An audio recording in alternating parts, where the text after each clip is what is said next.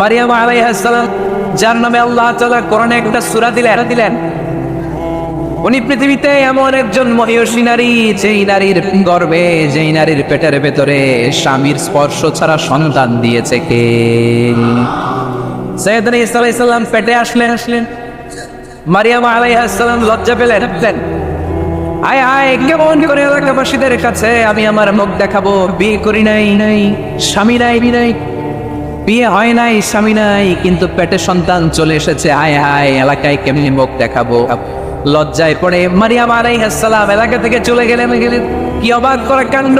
বাচ্চা ভূমিষ্ঠ হওয়ার জন্য, বড় হওয়ার জন্য 6 মাস 7 মাস লাগে নাই, পেটে বাচ্চা আসার সাথে সাথে বাচ্চাটারে বড় করে দিয়েছে কে?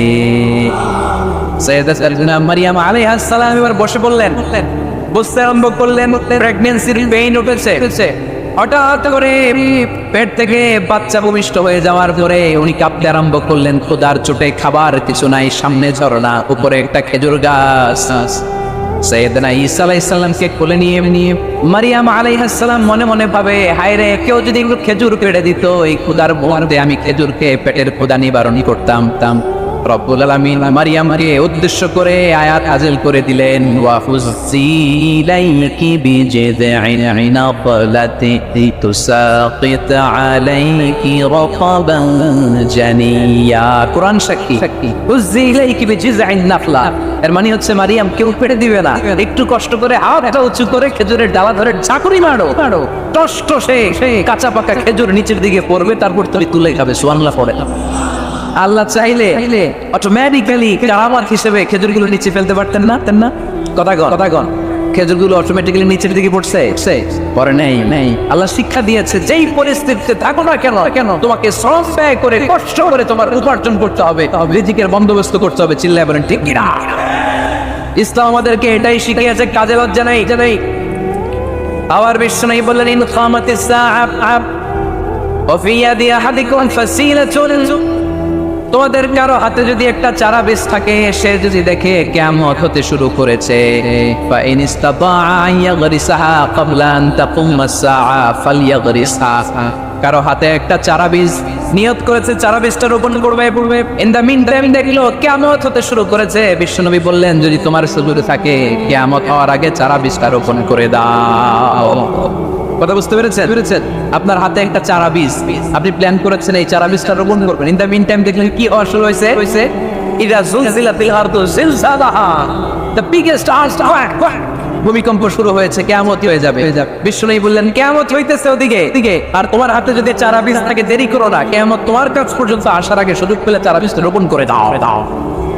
বিষ্ণু ইসলাম বললেন, ইয়াকিলু শাইতানু আলা কাফিয়াতি রাসি আহাদিকুম ইদা নাম। খেয়াল করে শুনবেন লক্ষ্মীপুরের ভাইয়েরা, চমৎকার একটা হাদিস। আমরা যখন ঘুমোতে যাই, শয়তান আমাদের প্রত্যেকের মাথার পিছনে 3টা অলসতার গিট মারে। কয়টা? আওয়াজ করে বলেন। 3টা অলসতার গিট মারে। ইয়াকিলু শাইতানু আলা কাফিয়াতি রাসি আহাদিকুম সালাসা হুকা, 3টা গিট মারে যখন আমরা ঘুমোতে যাই। অলসতার 3টা গিট মেরে আমাদের কানের সামনে এসে ফিসফিস করে মন্ত্র পড়তে থাকে, আলাইসা লাইয়ান তাওয়িলুন ফারকুদ, আলাইসা লাইলুন তাওয়িলুন ফারকুদ, বিশাল লম্বা রাত, ঘুমাও। অনেক সময় আছে, ঘুমাও। রাত 5টা বেজে যাচ্ছে, তাহাজ্জুদের সময় শেষ হয়ে যাচ্ছে, তখনও শয়তান বলে রাত অনেক লম্বা, ঘুমাও।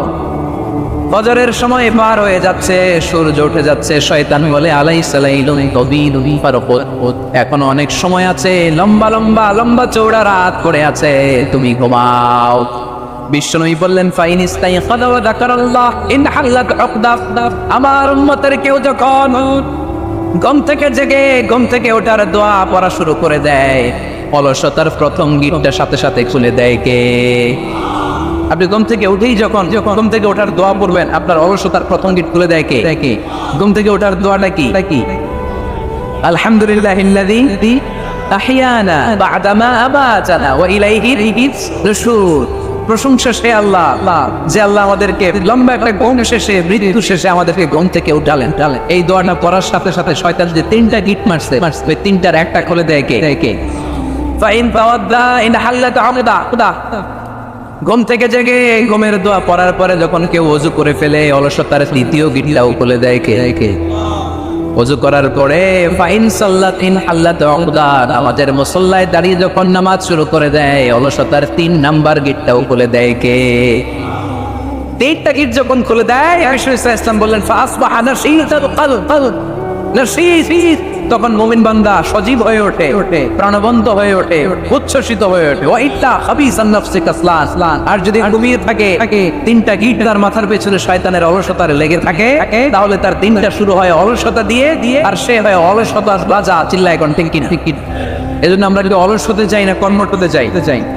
আমরা আজকে অলসতাকে নো বলে যাবো এই মাহফিল থেকে। অলসতাকে আমরা কি বলবো? আওয়াজ করে বলতে হবে। অলসতাকে কি বলবো আমরা? মুমিনের জীবনে কোনো অলসতা নাই। অলস হয় মুনাফিকরা। অলস হয় কারা? চিল্লায় বলতে হবে। মুমিনরা অলস হয়। অলস হয় কারা? এজন্য কোরআনে আল্লাহ এই কথাও বলে দিলেন, ওয়াইদা ক্বামু ইলাস সালাতি ক্বামু কুসালা ইউরাকুনান নাসা ওয়ালা ইয়াযকুরুনাল্লাহা ইল্লা কালিলা। সুবহানাল্লাহ পড়েন। মুনাফিকরা যখন মানুষকে দেখানোর জন্য নামাজে যায়, ওই নামাজে তাদের ইখলাস নাই, ওই নামাজের ভেতরে তাদের কোনো খুশু খুদু নাই, ওই নামাজের ভেতরে আছে শুধু অলসতা। ওই নামাজে কি আছে? কিন্তু আমরা যখন নামাজে যাই, আমাদের অলসতা আছে। আমরা নামাজ পড়লে আমাদের হৃদয়টারে সজীব করে দেয় কে? আমরা উযু করলে আমাদের মনটাকে চাঙ্গা করে দেয় কে? আমরা মসজিদে ঢুকলে হৃদয়টাকে প্রাণবন্ত করে দেয় কে? মুমিন তো নামাজে গেলে চাঙ্গা হয়, মুমিন উযু করলে চাঙ্গা হয়। কোন নবীরা কি অলস ছিলেন? পৃথিবীতে কোন নবী অলস ছিলেন? সব নবী কর্মঠ ছিলেন। বিষ্ণু ইসলাম বললেন মা বাআসাল্লাহু নাবিয়্যান ইল্লা রাআল গানাম, এই পৃথিবীতে এমন কোনো নবী নাই যেই নবী বকরি চড়ায় নাই। কি চড়ায় নাই? বকরিরে আপনারা লক্ষ্মীপুরের ভাষায় কি বলেন? ছাগল। তো পৃথিবীতে এমন কোনো নবী নাই যেই নবী কি চড়ায় নাই? ছাগল চড়ায় নাই। সাহাবারা বললেন, ইয়া রাসূলুল্লাহ আনতা কাযালিক, আপনিও ছাগল চড়াইছেন?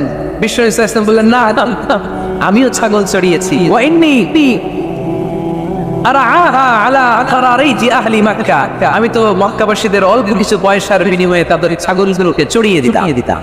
সুবহানাল্লাহ পড়বেন না? বিষ্ণু ইসলাম ছাগল চড়াতে। ছাগল চড়ানো সহজ কাজ না কঠিন কাজ? কেন কঠিন এটা? হ্যাঁ, টেরা খুঁটি মারে। হ্যাঁ, কি করে? বসে থাকতে হয়। তো ছাগল যারা পালে তারা জানে ছাগল পালা কত কষ্ট। ওরে ডানে টান দিলে কই যায়? রশি ধরে বায়ে টান দিলে কই যায়? সামনে টানলে কই যায়? পিছনে টানলে কই যায়? সারা সন্ধ্যা আপনি সময় পান না এটার গোসল করাবেন। ভাবলেন আজকে জুমার দিন আমিও গোসল করি, এটারও গোসল করাই। এটারে আপনি পুকুর কাটেন দিবেন, টান দিয়েছেন, ওর বাপের ইরা 1 ইঞ্চিও সামনে যাবে না। ঠিক কিনা? এই টেরা প্রাণী আল্লাহর কি মহিমা! আল্লাহ তাআলা পৃথিবীর সবচেয়ে শ্রেষ্ঠতম মানুষদেরকে ছাগল চড়িয়ে ছেড়েছেন। কিনা? মা বাআসাল্লাহু নাবিয়্যান ইল্লা রাআল গানাম, এই পৃথিবীতে এমন নবী ছিল না যে নবীরা ছাগল চড়ায় নাই। আল্লাহ বোঝাতে চাইলেন ছাগল চড়ানো অনেক কষ্টের কাজ, অনেক ধৈর্যের প্রয়োজন। এখন নবীরা তোমরা ছাগল চড়াও, কিছুদিন পর ছাগলের চেয়েও টেরা জাতি মানুষ চড়াইতে হবে। মানুষের মধ্যে টেরা আছে না নাই? ভালো বললে ভালোটা বুঝে না, ডানে যেতে বললে বায়ে যায়, বায়ে যেতে বললে ডাইনে যায়, এরকম আছে না নাই? সম্মানিত ভাইয়েরা, সমস্ত আম্বিয়া আলাইহিস সালাম ওনারা কর্মঠ ছিলেন। সাইয়েদনা আদম আলাইহিস সালাম নিজ হাতে চারা গাছ রোপণ করে চাষাবাদের কাজ করেছেন। সুবহানাল্লাহ পড়ে। সাইয়েদনা ইব্রাহিম আলাইহিস সালাম চাষাবাদের কাজ করেছেন। সাইয়েদনা দাউদ আলাইহিস সালাম নিজ হাতে যুদ্ধের জন্য যে পোশাক পরতে হয়, যেটা পরলে গায়ের মধ্যে ছুরি মারলে ঢুকে না, ওই শিরস্ত্রাণ বানিয়েছেন, নিজ হাতে তলোয়ার বানিয়েছেন। সুবহানাল্লাহ পড়েন। সাইয়েদনা মুসা আলাইহিস সালাম ছাগল চড়িয়েছেন। সাইয়েদনা মুসা আলাইহিস সালামের মেজাজ নরম না গরম? নবীদের সবচেয়ে বেশি মেজাজ ওয়ালা নবী ছিলেন মুসা আলাইহিস সালাম। উনিও 8 থেকে 10 বছর সাইয়েদনা শুআয়ব আলাইহিস সালামের এরিয়াতে ছাগল চড়িয়েছেন। চিল্লায় বলেন সুবহানাল্লাহ। এজন্য নবীরা যেহেতু কাজ করেছেন, কর্মঠ ছিলেন, আমরাও কর্মঠ হব। ঠিক কিনা? সাহাবারাও কর্মঠ ছিলেন। বিশ্বনবীর সাহাবারাও ব্যবসা করতেন। সাইয়েদনা আবু বকরের বিশাল ব্যবসা প্রতিষ্ঠান ছিল। সুবহানাল্লাহ পড়ে। আপনারা হজ উমরা করেছেন কে? দেখি করছেন? মাশাআল্লাহ। যারা করেন নাই আল্লাহ তাদেরকে আল্লাহর ঘর জিয়ারতের নসিব করো। বিশ্বনবীর মাকবরার সামনে দাঁড়িয়ে আমরা যেন সালাম পেশ করতে পারি, তুমি নসিব করো করো। বাইতুল্লাহ শরীফে এবং মসজিদ নববীতে আমরা যেন সালাত আদায় করতে পারি, আল্লাহ তুমি নসিব করো। সাইয়েদনা আবু বকর রাদিয়াল্লাহু তাআলা আনহুর ব্যবসা প্রতিষ্ঠান ছিল মক্কার কাবা ঘরের পাশেই। সেই ওনার ব্যবসা প্রতিষ্ঠানগুলো যেখানে ছিল ঠিক ওইখানে সৌদি সরকার এখন শপিং মল বানিয়েছে। মাতজার আবু বকর মক্কা শহরের যেখানে এখানে বহিরাগতরা এসে ওখানে ছাগল, ওখানে ঘোড়া, এগুলো রাখতো, আস্তাবল রাখতো, ঘোড়া আর ওট যেখানে রাখা হতো ঠিক ওই জায়গায় সৌদি সরকার ওটার পার্কিং লট বানায়। যেখানে আগে সাহাবাদের ব্যবসার জায়গা ওইখানে বর্তমানে শপিং মল। যেখানে আগের সময়কাল সাহাবারা উট আর ঘোড়া রেখে বাঁধত, ওইখানে এখন গাড়ি ঘোড়া রাখার ব্যবস্থা করা হয়েছে। সাইয়েদনা আবু বকর অনেক বড় ব্যবসায়ী ছিলেন। ওনার 20 টাকা দিয়ে হাবাসা থেকে আসা সাইয়েদনা বেলালকে তিনি 20,000 স্বর্ণ মুদ্রা দিয়ে উমাইয়া ইবনে খালাফের কবল থেকে তিনি মুক্ত করেছেন। সাইয়েদনা উসমান যুন্নুরাইন বড় ব্যবসায়ী ছিলেন। নিজের টাকা দিয়ে মদিনার মুসলমানেরা পানি খেতে পারে না, পীরে রুমা নামে একটা কুয়া ছিল। এই কুয়ার মালিক ছিল ইহুদি। মুসলমানেরা পানি খেতে গেলে এসে বকা দিত, পানি খেতে দিত না। বিশ্বনবী বললেন, আমার সাহাবীদের মধ্যে এমনকি কেউ নাই নিজের অর্থায়নে পীরে রুমা কিনে মুসলমানদেরকে দিয়ে দিবে।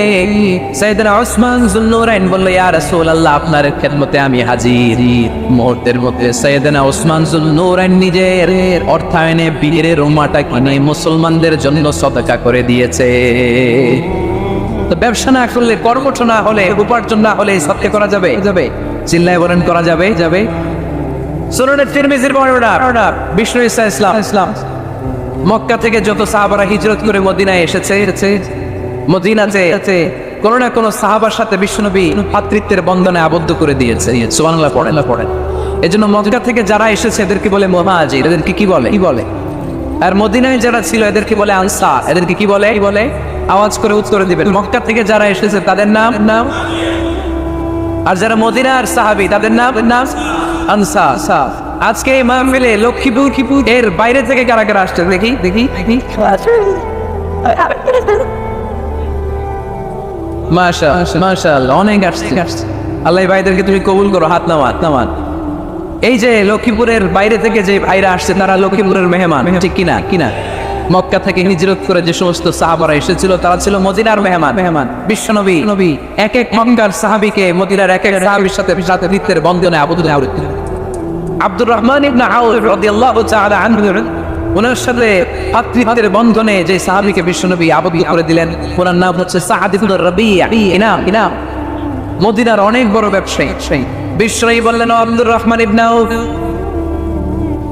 সম্পদ ছেড়ে দিয়ে, পরিবার ছেড়ে দিয়ে, স্থাবর সব ছেড়ে দিয়ে আল্লাহ রাসূলের ভালোবাসায় মক্কা থেকে মদিনায় এসেছো।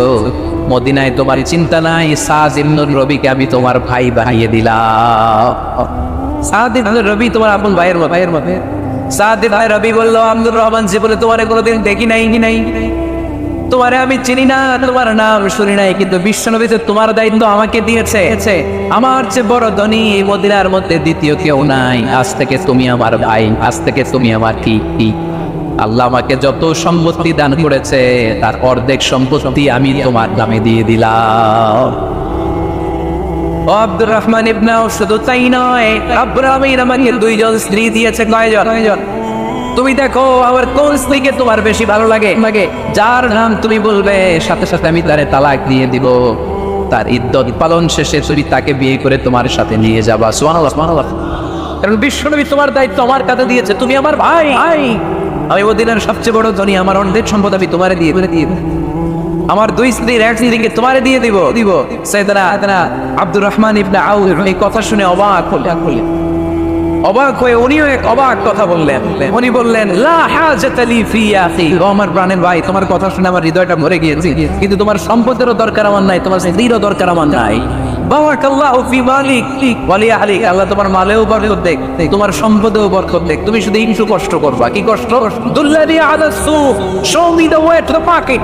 তুমি মদিনায় কোনো মার্কেট আছে কিনা, শপিং মল আছে কিনা, ব্যবসা প্রতিষ্ঠান আছে কিনা আমার দেখায় দাও। সুবহানাল্লাহ পড়ে। আমরা হইলে কি করতাম? লক্ষ্মীপুরে যারা আসছে এদের একজনের যদি বলা হয়, ভাই আপনি এখান থেকে লক্ষ্মীপুরের ভাই, আমার অর্ধেক সম্পদ আপনারা দিয়ে দেবে, কি করবে? পায়ের উপরে পা তুলে খাবে আর বলবে কি আনন্দ, আকাশে বাতাসে। ঠিক কিনা?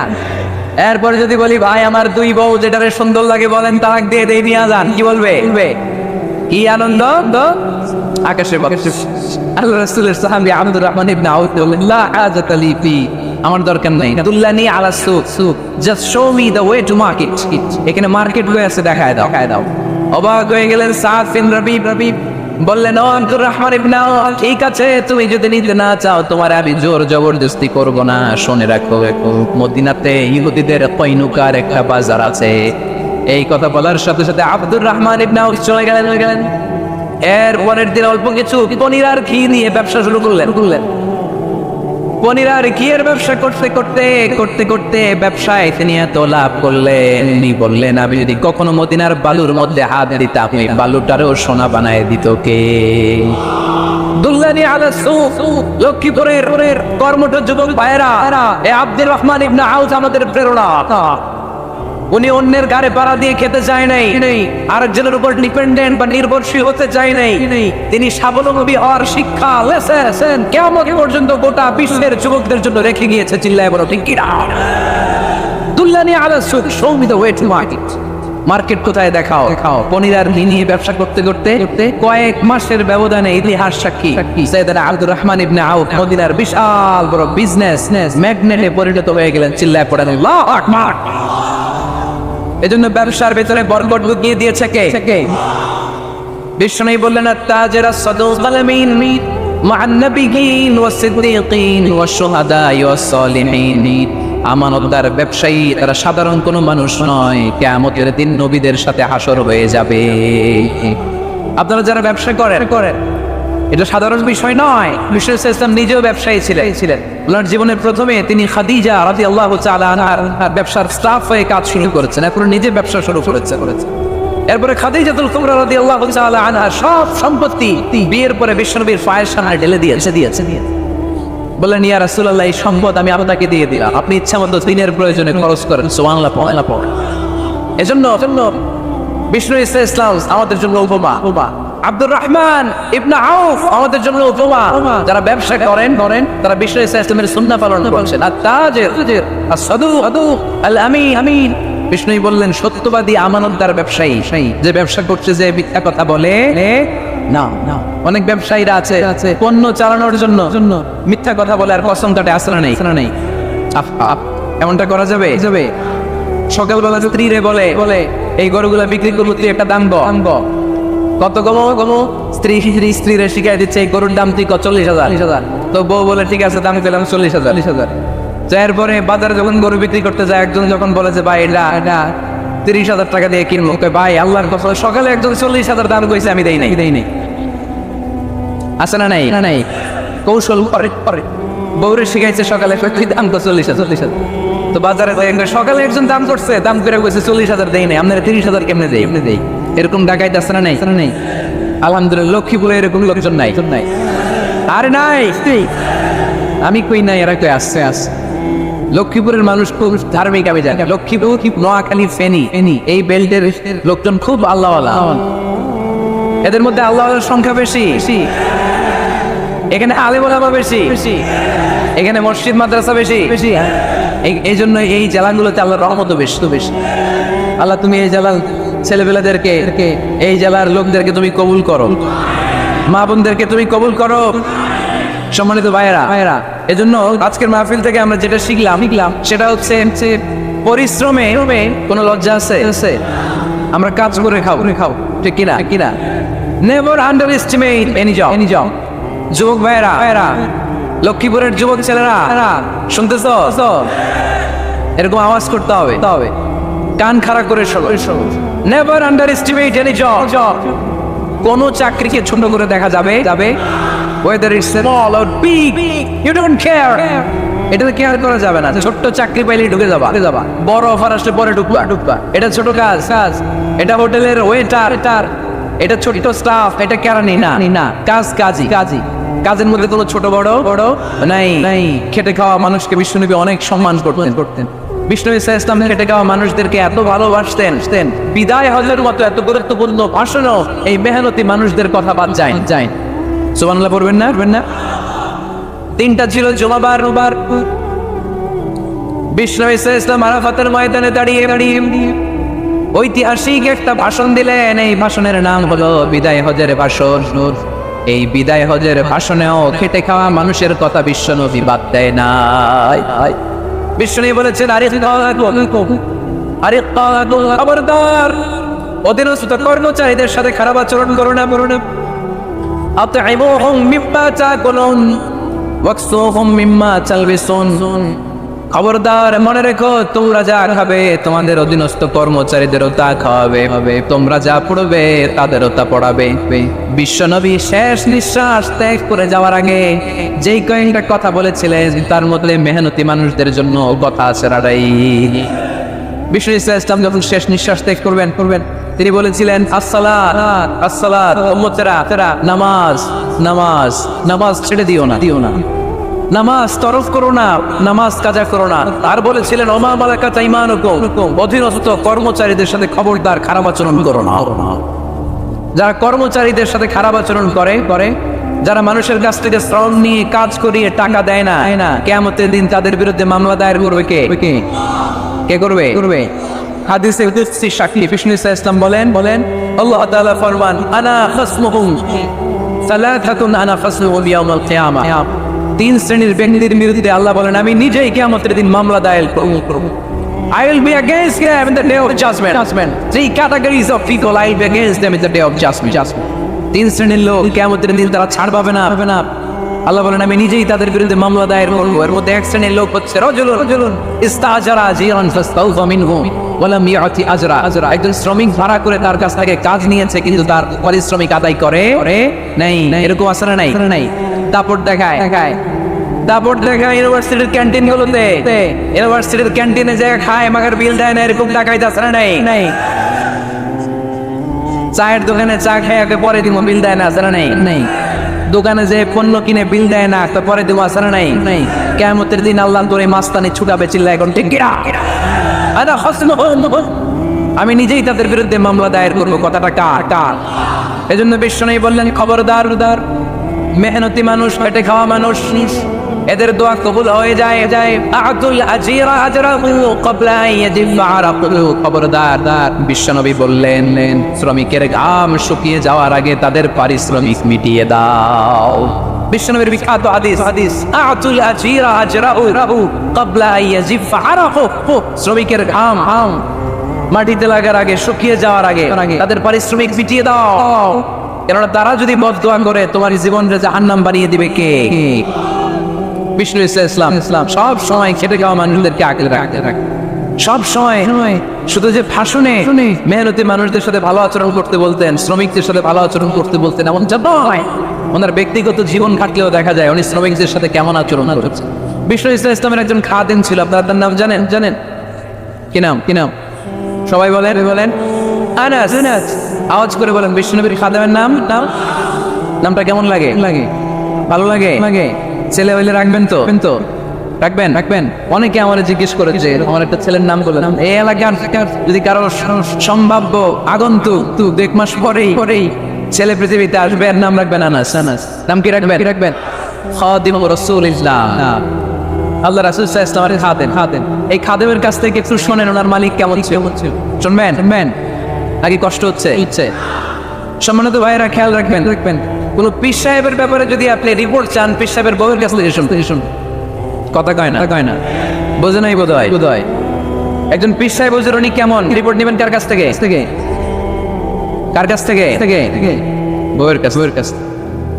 একজন বড় সাহেব, বড় নেতা, তার ব্যাপারে যদি রিপোর্ট পেতে চান, আমি কয়েকটা জায়গা বলে দিই, এই জায়গাগুলো থেকে রিপোর্ট নেবেন। 1 নাম্বার তার ড্রাইভার, 1 নাম্বার। 2 নাম্বার তার বাড়ির দারোয়ান, 2 নাম্বার। 3 নাম্বার তার খাদেম, 3 নাম্বার। 4 নাম্বার তার ঘরের কাজের মেয়ে, 4 নাম্বার। এদের কাছ থেকে আসল রিপোর্ট পাওয়া যায়, ঠিক কিনা?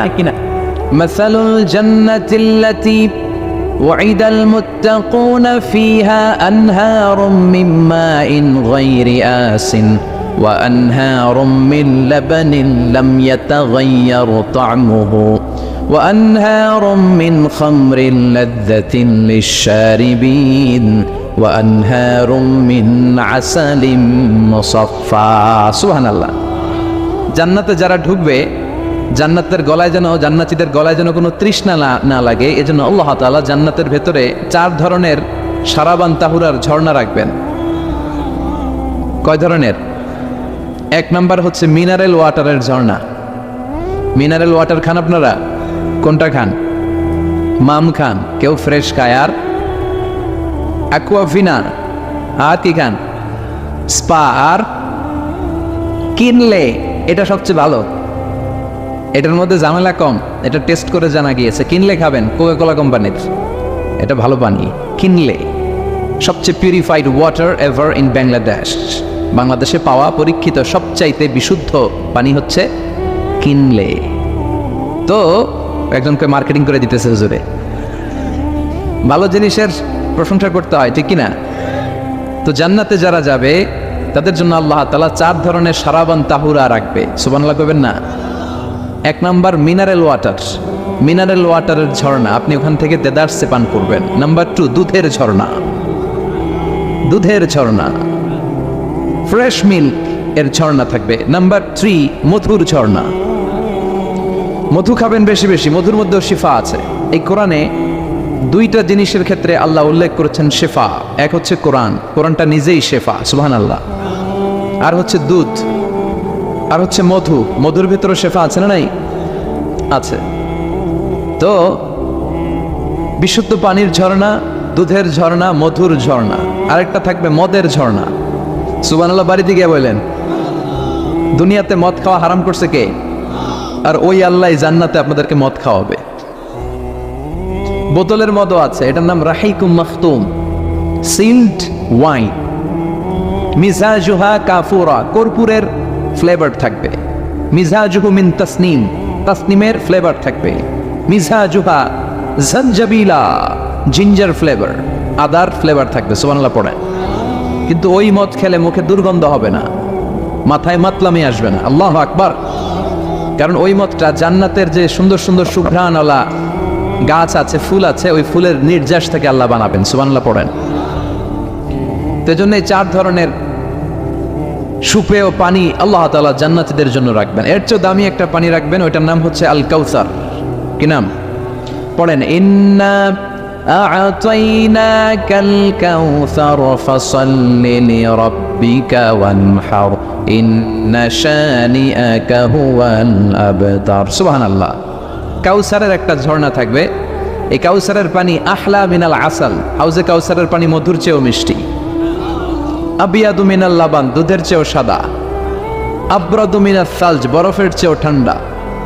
এক ঢোক যে খাবে চিরকালের জন্য তৃষ্ণা মিটে যাবে। এই সবগুলো যেন আল্লাহ আমরা পান করতে পারি। আর জোরে পড়েন আমিন। জান্নাত এমন জায়গা, যে জায়গায় শুধু শান্তি আর শান্তি। জান্নাতে অশান্তি আছে?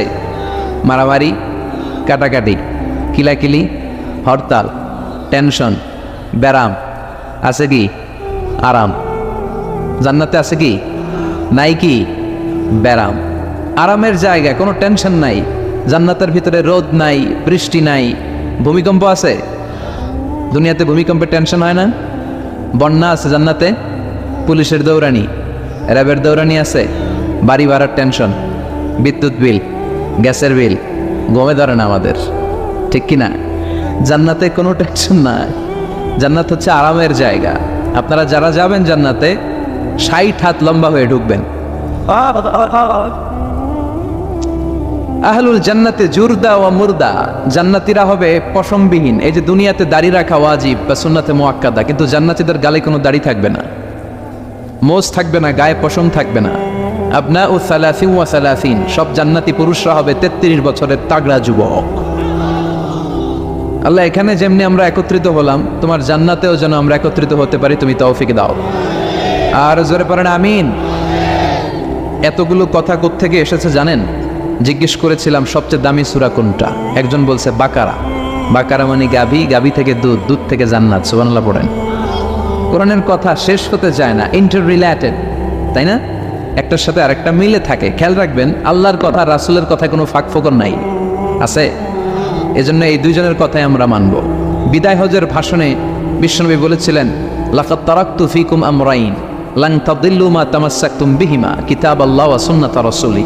আমি তো চলে যাব, রেখে যাব দুটো জিনিস, যদি দুটো জিনিসকে মেনে চলো কখনো বিভ্রান্ত হবে না। একটা হচ্ছে আল্লাহর কিতাব, আর একটা হচ্ছে বিশ্বনবীর সুন্নাত। এই দুইটা আমরা আঁকড়ে ধরবো, রাজি আছেন তো? পৃথিবী যেদিকে যাক আমি থাকবো দুইটা নিয়ে, ইনশাল্লাহ। পড়েন, কোরআনের সবচেয়ে দামি সূরা কোনটা বলেন? ফাতিহা। কিছু বলতেছে ফাতিহা, পিছনের বাইরে কি বলবেন? হ্যাঁ, ইয়াসিন। আর আচ্ছা এবার বলেন, আমি সহজ করে দিই, বলেন কোন সূরা না পড়লে নামাজ হয় না?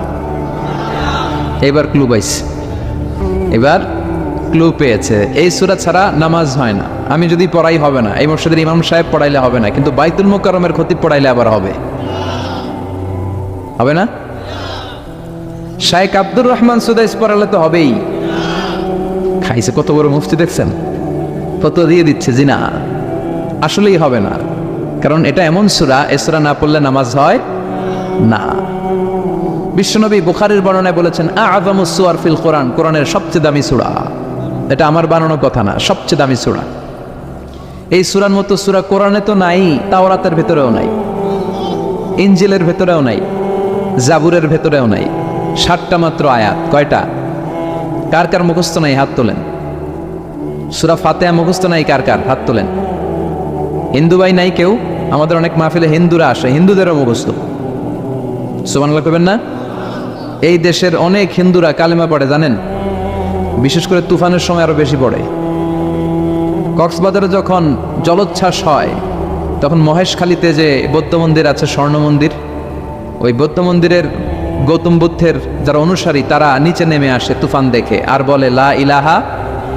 ওরা বোঝে তুফান থেকে শুধু একটা কালেমাই বাঁচাতে পারে, আল্লাহ ছাড়া বিপদ থেকে কেউ বাঁচাতে পারে। আমি একবার লঞ্চের ভেতরে তুফানে পড়ছিলাম, তো লঞ্চ ডুবে যাবে তুফানের ধাক্কায়। তো দেখলাম লঞ্চের ভেতরে শুধু মুসলমানরাই জিকির করে না, হিন্দুরাও জিকির করে। তুফান থেমে যায়, জিকিরও থেমে যায়। কত বড় ডাকাত! তুফান শুরু, জিকিরও। সবার মুখে এক চিৎকার, বাঁচাও। আমি বললাম, কে বাঁচাবে? কে? হুজুর আমনে। ভাবছে আমি দোয়া কালাম পড়লে বেঁচে যাবে, তো আমি বললাম, আমি যে বাঁচাবো, আমারে বাঁচাবে কে? মনে রাখবেন, কেউ বাঁচাতে পারে না, একজন ছাড়া। চিৎকার করে বলতে হবে, তিনি কে? কোরআনের সবচেয়ে দামি সূরার নাম সবাই বলেন।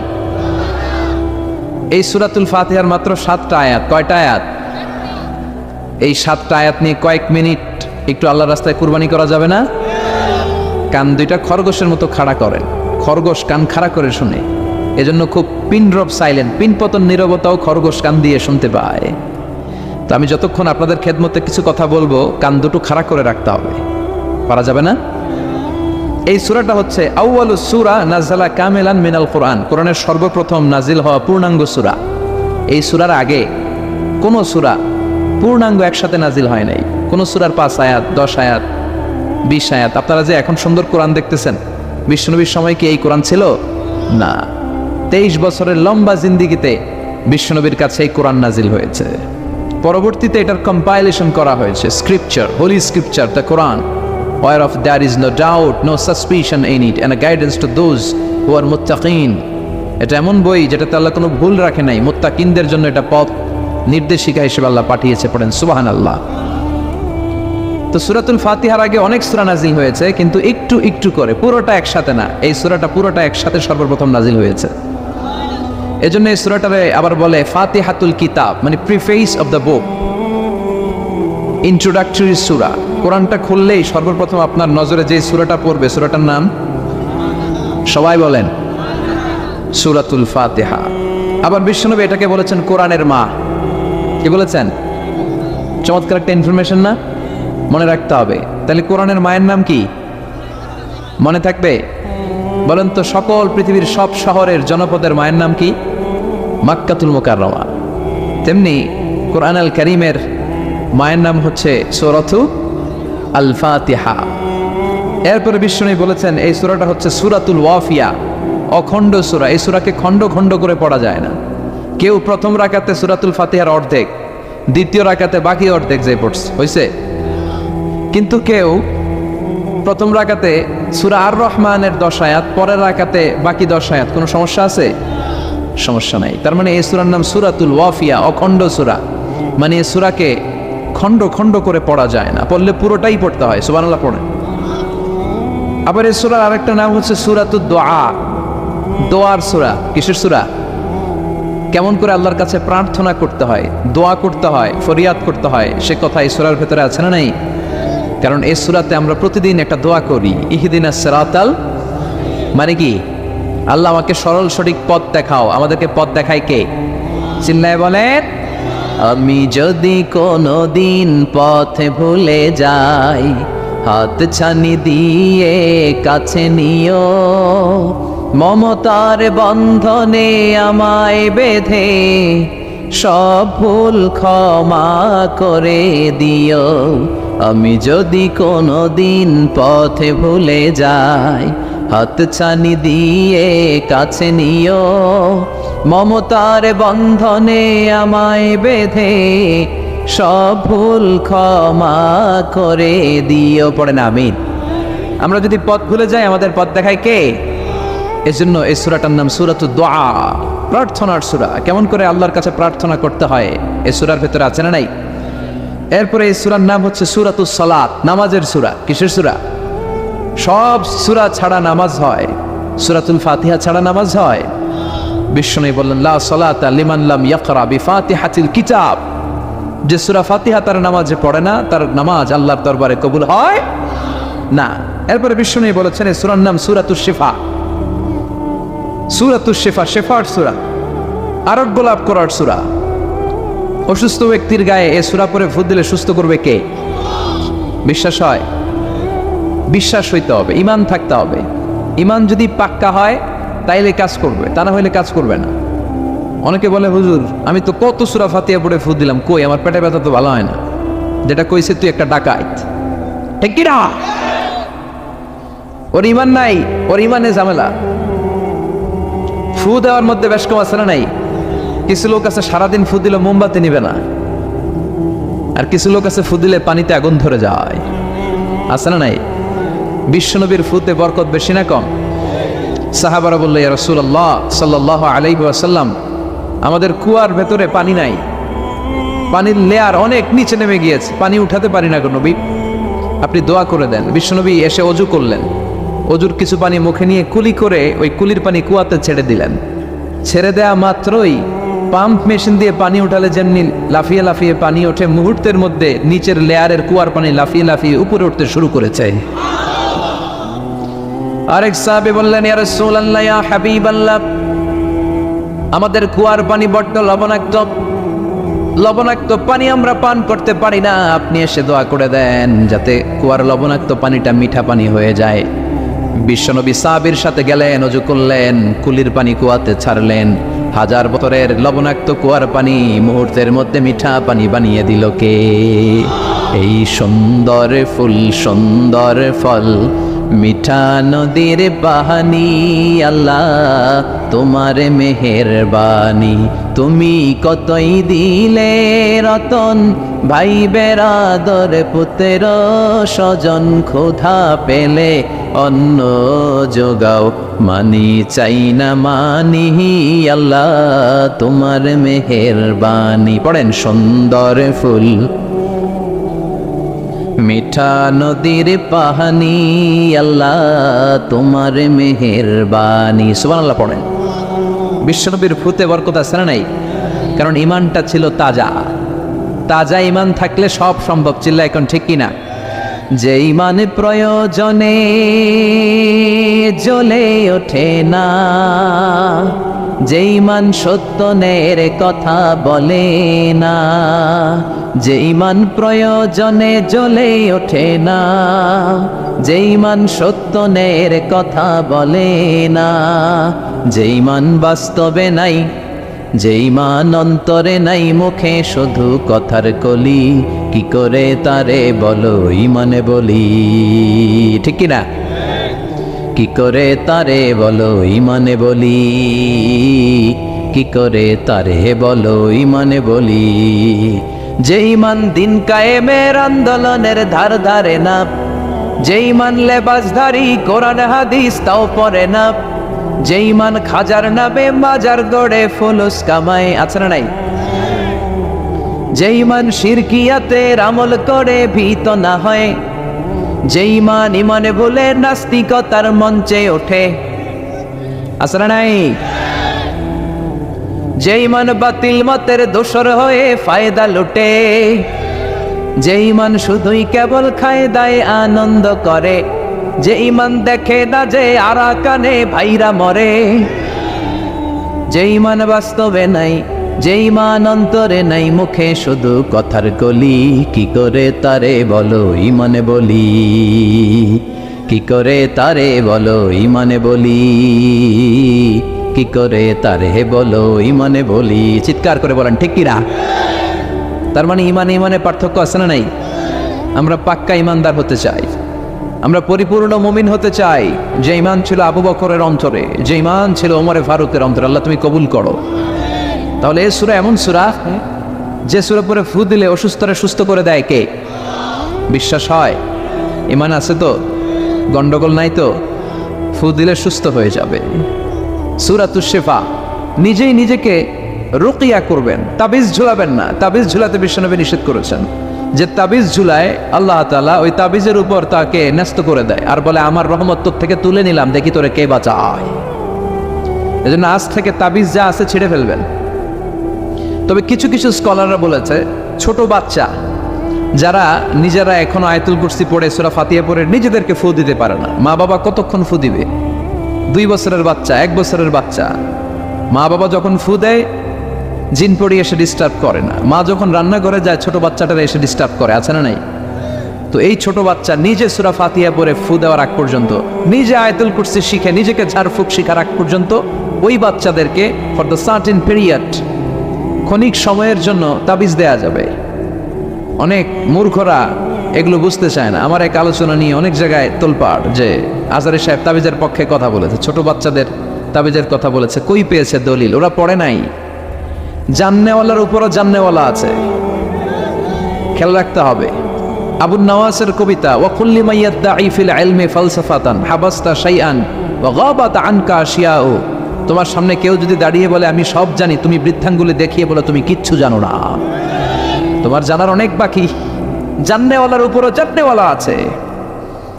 এজন্য স্কলাররা ছোট বাচ্চা যারা নিজেরা রুকিয়া করতে পারে না, মা বাবা রুকিয়া করে ফু দিলে ভালো, মা বাবা চলে গেলে ভূত পেত নিয়ে এসে আসর করে, আসে না নাই? ওই বাচ্চার সিকিউরিটির জন্য কোরআনের আয়াত দিয়ে তাবিজ দেয়া যাবে। কিন্তু ওই বাচ্চা যখন নিজে সূরা ফাতিহা শিখে যাবে, নিজে যখন আয়াতুল কুরসি শিখে যাবে, তখন ওই তাবিজ ছিঁড়ে ফেলতে হবে। কথা বুঝতে পেরেছেন? আল্লাহ সহি সমঝ দান করো। তো তাবিজ যারা পড়েন ছিঁড়ে ফেলবেন আজকে, রাজি আছেন তো? ছিঁড়ে কি করবেন? সূরা ফাতিহা পড়বেন, পড়ে ঝাড়ফুঁক চলবে আজকে থেকে। ঝাড়ফুঁক করা সুন্নাহ। আর তাবিজ দেয়া হচ্ছে বিদআহ, যেটা বিশ্বনবী শেখায় নাই, সাহাবারা শিখায় নাই, ওইটাতে আমরা যাব না। ঝাড়ফুঁক করবেন। আয়াতুল কুরসি পড়লে জিনবুত আসতে পারে? কথা বলেন। সূরা ফাতিহা পড়লে আর অসুস্থতা থাকতে পারে? বিশ্বনবীর সাহাবারা একবার সফরে বেরোলেন। সফরে বেরিয়ে হঠাৎ দেখলেন মরুভূমির মাঝখানে কিছু লোক জটলা পাকিয়ে রেখেছে, একটা লোক শুয়ে আছে। আবু সাঈদ আল খুদরি ছিলেন ওই সফরের লিডার। বললেন কি হয়েছে? তারা বলল আমাদের নেতাকে সাপে কামড় দিয়েছে, আরেক বর্ণনায় বিচ্ছু কামড় দিয়েছে, বিষের ব্যথায় আমাদের নেতা মারা যাবে। তারা নানা ধরনের বৈদ্যরাজ কবিরাজদেরকে এনে মন্ত্র পড়াচ্ছিল, সবাই মন্ত্র পড়ছিল, ছু মন্তর ছু কালিকুত্তার। ছোট বাচ্চারা পড়ে, বোঝানোর জন্য বললাম, তারা হয়তো অন্য কিছু পড়ছিল। তো এই যে এগুলো পড়ে ফু দিলে কি ভালো হয়? কথা কন, আরো রোগ বাড়ে, ঠিক কিনা? বাচ্চার হাতে 2টা, গলায় 3টা, কোমরে 4টা, এগুলোর ওজনেই তো বাচ্চা অসুস্থ হয়ে যাবে। কথা বুঝতে পেরেছেন? আবার কোমরে লাগায়, এটারে কি বলে? কাইতন। কি কয়? তাগা। চাচাই বলতেছে তাগা। তাগা টাগা লাগাবেন না। সূরা ফাতিহা পড়ে আজকে থেকে ফু দিতে হবে। আমার মাইকের আওয়াজ নিশ্চয়ই শহরের অনেক দূর যাচ্ছে। মায়েরা বোনেরা